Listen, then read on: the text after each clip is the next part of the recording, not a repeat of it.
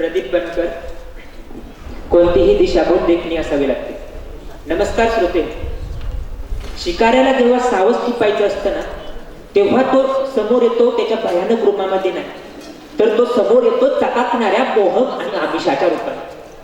रामायणामध्ये जेव्हा सीतेचं अपहरण झालं त्यावेळेस रावण सुद्धा त्याच्या भयानक दशानन रूपामध्ये समोर आला नाही, तर त्याने मारीचाला सोन्याच्या हरणाच्या रूपाने म्हणजे कांचनमृगाच्या देखण्या रूपामध्ये समोर पाठवलं आणि सीतेची दिशाभूल केली.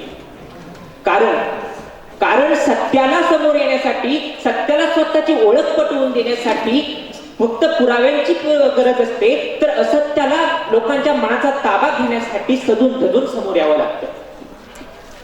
नमस्कार सन्माननीय व्यासपीठ, आदरणीय परीक्षक आणि उपस्थित सर्व रसिक श्रोते. मी प्रदीप बनकर, यशस्वी आयुर्वेद महाविद्यालयाचा विद्यार्थी, आपणासमोर एक अतिशय ज्वलंत असा विषय मांडत आहे. अशा एका विषयाची पोस्टमॉर्टम करण्यासाठी उभा आहे. तो विषय आपल्या रोजच्या दैनंदिन जीवनाशी, मनाच्या खेळाशी आणि जीवनाच्या रहाटगड्याशी निगडित आहे. तो म्हणजे कोणतीही दिशाभूल देखणी असावी लागते. हा विषयाचा विचार करत असताना माझ्या मनामध्ये एक मानसशास्त्रातील हॅलो इफेक्ट नावाचा सिद्धांत आठवला. तो सिद्धांत काय सांगतो? एखादी वस्तू बाहेरून चकचकीत आणि देखणी असेल ना, तर ती आतून देखील चांगलीच असेल असा आपण विचार करत असतो, असा आपला मेंदू कयास लावत असतो. याच सिद्धांताचा फायदा घेऊन आजकालच्या जाहिराती उचलत असतात. आता 10 रुपयाचा साबण, 10 रुपयाचा साबण पहा. कोणीही 10 रुपयाचा साबण लावून गोरं होत नसतं हे सर्वांना माहित असतं. परंतु तरीही एखादी गोरी अभिनेत्री तो 10 रुपयाचा साबण लावून देखणे जाहिरात करीत असते, तेव्हा आपल्या बुद्धीची दिशेची व्यवस्थितपणे विचलितशीलता झालेली आपल्याला पाहायला मिळते आणि यालाच दिशाभूल म्हटलं जातं. आता ही दिशाभूलीचा फक्त आणि फक्त माणसाने अवगत केला आहे का? नाही. दिशाभूलीचं तंत्र निसर्गाकडे पाहिलं तरी आपल्याला लक्षात येईल. व्हेनस फ्लायट्रॅप नावाची वनस्पती आहे. आता ती वनस्पती जर आपण पाहिली ना, तिची पानं उघड्या फुलाप्रमाणे रंगीबेरंगी आणि आकर्षक असतात आणि त्याच आकर्षणाकडे भुलून, त्याच आकर्षणाला आणि मधुर सुगंधाला भुलून कीटक त्या पानांमध्ये जातात आणि त्या क्षणात ते पान मिटलं जातं आणि त्या कीटकाची दिशाभूल होते. म्हणजे निसर्गाचा नियम, शिकाऱ्याला शिकार तेव्हाच मिळते जेव्हा आमिष लोभस असतं. आता इतिहासाचे पानं चालले ना तरी देखील आपल्याला हाच पुरावा मिळतो. जेव्हा आपण इतिहासामध्ये पाहतो, ग्रीक आणि ट्रॉय या 2 शहरांच्या युद्धाची गोष्ट तुम्हा सर्वांना माहितच असेल. जेव्हा या दोन्ही शहरांचं युद्ध होतं त्यावेळेस ट्रॉय शहराचे दरवाजे हे अभेद्य होते.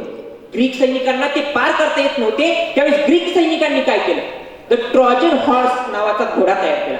प्रचंड मोठा आणि आकर्षक घोडा, आणि तो ग्रीक ट्रॉय शहराच्या बाहेर नेऊन उभा केला.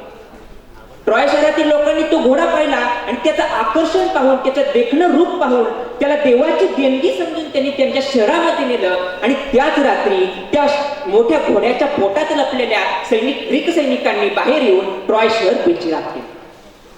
आजचं जग पहा, सोशल मीडिया, जाहिराती, शेअर मार्केट स्कीम्स असतील, हे सर्व इतकं चकचकीत आणि देखणं असतं. यावरून हेच सिद्ध होतं की दिशाभूली देखणी असावी लागते. अध्यक्ष महोदय, इथपर्यंत हा विषय अगदी बरोबर वाटतो, परंतु नाण्याची दुसरी बाजू न पाहता एकच बाजू पाहून निर्णय देणं ही सुद्धा एक दिशाभूलच नाही का? म्हणून या विषयाला माझा एक प्रश्न आहे की खरोखरच दिशाभूली फक्त देखणीच असावी लागते का? माझ्या मते दिशाभूली ही एक बहुरूपी आहे.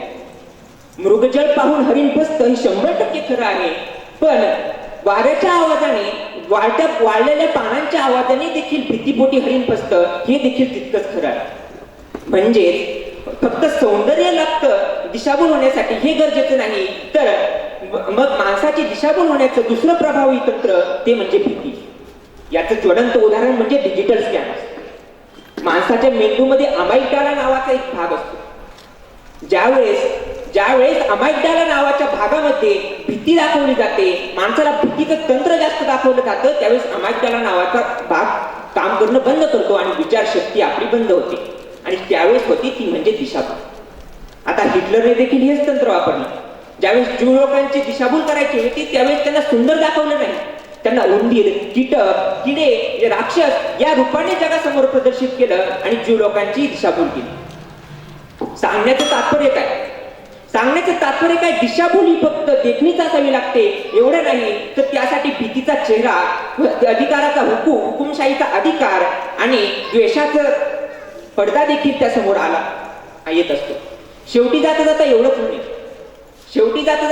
म्हणेल, पत्त्यांची खेळी तुमची गुळातुपाचे बोलणे, पत्त्यांची खेळी तुमची गुळातुपाचे बोलणे, स्वप्नांची आरचार स्वप्नांचा झेलमेळ, वाऱ्यावरची वरात तुमची सगळे करता कबूल, शहाण्याने समजावे तिथेच होती